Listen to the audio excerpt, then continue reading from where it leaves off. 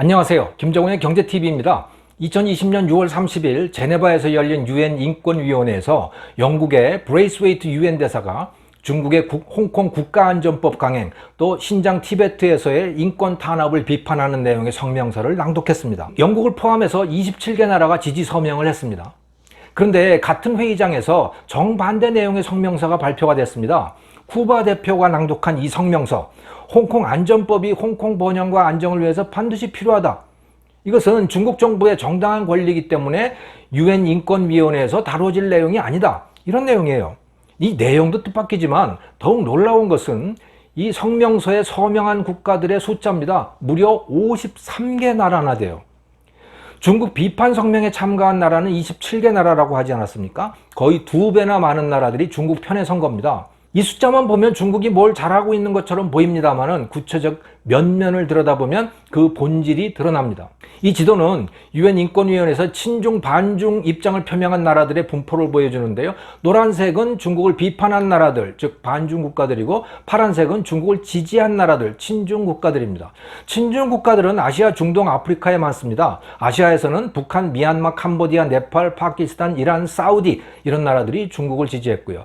아프리카에는 정말 많은데요. 알만한 곳으로는 이집트, 가봉, 짐바브웨, 소말리아, 수단 등이 있습니다. 이름을 알 수 없는 나라들도 참 많습니다. 중남미에서는 쿠바, 베네수엘라, 도미니카 이런 나라들이 중국을 지지했습니다. 데이브 롤러 기자가 이 나라들의 특성을 분석을 해서 인터넷 언론 엑시오스에 올렸습니다. 중국 지지 국가들은 크게 두 가지 특징을 가지고 있습니다. 첫째는 독재 국가입니다. 북한, 쿠바, 베네수엘라, 짐바브웨 같은 것이 대표적이죠. 두 번째 특징은 중국에 많은 빚을 지고 있는 나라들입니다. 중국은 1대1로 정책을 통해 가지고 아시아, 중동, 아프리카에 많은 투자를 했습니다. 그 덕분에 이 나라들도 상당한 도로, 항만, 통신망 이런 인프라 시설들을 마련할 수 있었지요. 하지만 공짜가 아니었습니다. 그 대가로 중국에 막대한 빚을 졌던 것이죠. 이 지도는 국가별로 중국에 대한 부채, 그것이 GDP에 대해서 몇 %를 차지하는지 그 비율을 보여줍니다. 색깔이 짙을수록 부채 비율이 높은 겁니다. 가장 색이 짙은 나라들의 분포와 중국을 지지하는 나라들의 분포가 매우 비슷합니다. 빚은 많은데 갚을 능력은 없으니까 중국말을 들어야겠죠. 중국 비판에 동참한 나라들은 대부분 선진국들입니다. 아시아에서는 일본, 호주, 뉴질랜드입니다. 한국은 없습니다, 여기에. 유럽 국가들이 많습니다. 독일, 영국, 프랑스, 스위스 이런 서유럽 국가들, 또 덴마크, 스웨덴, 핀란드 이런 북유럽 국가들이 주류를 이룹니다. 근데 동유럽에서도 에스토니아, 슬로베니아 같은 나라들도 참여를 했습니다. 북미 지역에는 캐나다가 동참을 했습니다. 중국이 가장 비판적 태도를 보이고 있는 나라는 미국인데요. 이 성명에 동참하지 않았습니다. 왜냐하면 유엔 인권위원회에 가입되어 있지 않기 때문입니다. 그러나 당연히 중국의 홍콩 안전법에 비판적이기 때문에 지도에다가 미국도 노란색으로 칠해두었습니다. 스페인과 이탈리아, 포르투갈, 그리스 이런 나라들은 다른 유럽 국가들과는 달리 중국 비판에 동참하지 않았습니다. 아마도 중국의 진 빚이 많기 때문 아닌가 추측됩니다. 전체적으로 보면 선진국들은 대부분 중국 비판입니다. 중국의 행보가 선진국들의 삶의 방식과 본격적으로 충돌을 시작했기 때문이지요. 이 나라들은 국내적으로 개인의 자유와 인권을 중시합니다. 또 국제적으로는 국가 사이의 약속을 중시합니다. 이게 그들의 살아가는 방식인데 중국은 최근에 이 방식과 굉장히 충돌하는 식으로 행동을 했습니다. 홍콩 국가안전법 강행, 이걸 보면 이거는 나라 간의 약속을 그냥 폐기해버리는 거죠. 또 국민들을 감시하는 걸 보면 개인의 자유와 인권 이런 거 전혀 중시하지 않습니다, 중국은. 그러니까 이 자유진영 선진국들이 중국과 같이 갈 수 없겠구나 라고 하는 의심을 본격적으로 하기 시작한 겁니다.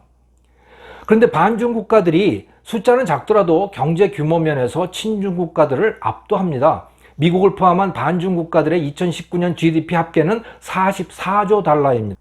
중국을 포함한 친중 진영 국가들의 합은 18조 달러입니다. 중국을 빼고 나면 친중 진영 국가는 4조 달러에 불과해요. 경제 규모가. 참고로 한국은 1.6조입니다. 친중 진영의 경제 규모라고 하는 것은 굉장히 초라한 상태인 거죠. 여기서 우리가 주목해야 할 현상은 친중 진영에 53개국이나 참여했다는 것이 아닙니다. 오히려 그 반대로 27개나 되는 선진국들, 세계를 이끌어가는 나라들 대다수가 중국 비판에 나섰다는 사실입니다. 그게 주목해야 될 사실인 거예요. 2년 전까지만 해도 그 많은 나라들이 중국 비판에 나선다는 것은 상상하기 힘들었습니다. 시진핑은 올해 일본을 방문하게 되어 있었고요. EU 역시 9월 달에 시진핑을 초청을 해서 대규모 경제 협력을 다짐하는 행사를 가지려고 했습니다. 다들 중국하고 손을 잡고 뭔가를 이루어 보려고 하던 참이었던 겁니다. 그런데 상황이 이렇게 급반전된 겁니다. 거의 모든 나라가 중국과 손을 잡았던 이유는 물론 경제 때문이었죠. 2008년 세계 금융위기 이후에 10여 년은 그야말로 중국의 시대였습니다. 사람들은 금융위기의 진원지였던 미국을 지는 해라고 생각했습니다. 반면 중국은 떠오르는 태양으로 보였던 거죠. 세계가 마이너스 성장으로 떨어질 때 중국은 7% 이상 성장을 했습니다.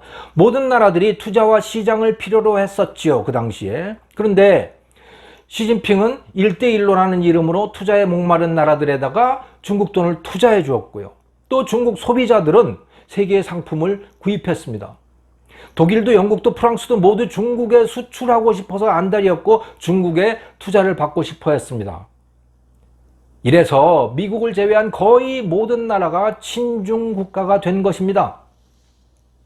2018년 미국의 트럼프 대통령이 중국과 무역 전쟁을 시작할 때도 영국, 독일, 프랑스는 그저 굿이나 보고 떡이나 먹자 이런 식의 태도였습니다. 그런데 이들의 태도를 바꿔놓은 것은 코로나 사태에 임하는 중국의 태도인 겁니다. 중국의 적반하장식 태도, 또 의료용품을 지원해 준다고 하면서 무기화하려고 했던 겁니다. 그걸 가지고 대가를 요구하는 거. 이런 중국의 본 모습을 보게 되었고, 아, 중국과는 이제 파트너가 될 수 없겠구나 라고 하는 회의가 들기 시작했던 겁니다.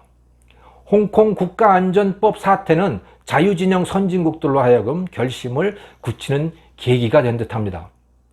물론 중국 비판에 나섰다고는 해도 구체적 행동에 나선 나라들은 많지 않습니다. 호주, 일본, 영국 이런 나라들만 부분적으로 미국의 중국 제재에 동참해 있는 상태입니다. 나머지 나라들은 아직 언성만 높이고 있는 수준인 거죠. 네. 하지만 중국의 거친 모습이 선명해질수록 유럽 국가들 역시 말로만 하는 비판에서 구체적 제재로 나아갈 가능성이 높습니다.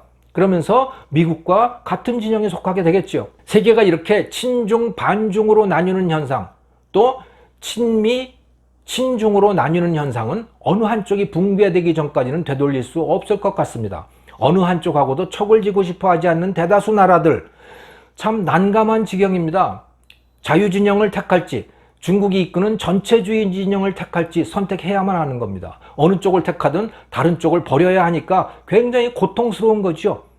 하지만 선택을 하지 않을 수 없는 상황이 되어버렸습니다.